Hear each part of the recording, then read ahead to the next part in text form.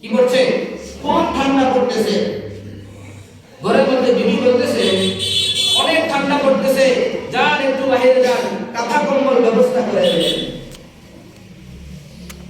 ওই হাকিমুল উম্মত মুজাদ্দিদ মিল্লাত আশরাফ আলী থানভী রাহমাতুল্লাহি আলাইহির খলিফা আব্দুল গনি পুরপুরি রাহমাতুল্লাহি আলাইহি তার বিবিকে কি জবাব দিলেন?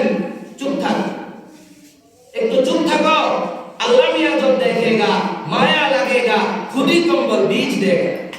আমরা কি আল্লাহ তাআলার ইবাদত করি না? আমরা কি আল্লাহকে আল্লাহ বলে যে আমরা স্বীকার দেই না? আল্লাহ যখন দেখবে মায়া লেগে যাবে, স্বয়ং আল্লাহ রাব্বুল আলামিন আমাদের জন্য কম্বল পাঠাইবে।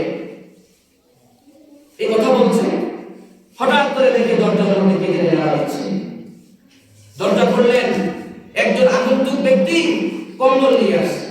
কম্বল নিলেন, তার সাথে কোনো কথা বললেন না, দরজা বন্ধ করে দিয়ে ঘরের মধ্যে এসে তার বিবির সামনে কম্বল পেশ করলেন। বললেন, ভি মাইনে কাহা থা, হে বিবি, আমি কি তোমাকে বলি নাই আল্লাহ মিয়া জব দেখেগা, মায়া লাগেগা, খুদি কম্বল বীজ দেगा।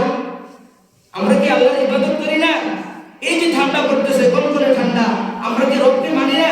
রব কি দেখে না? রব দেখবে, মায়া লাগবে, আনন্দ লাগবে, রব আমাদের জন্য কম্বলের ব্যবস্থা করে।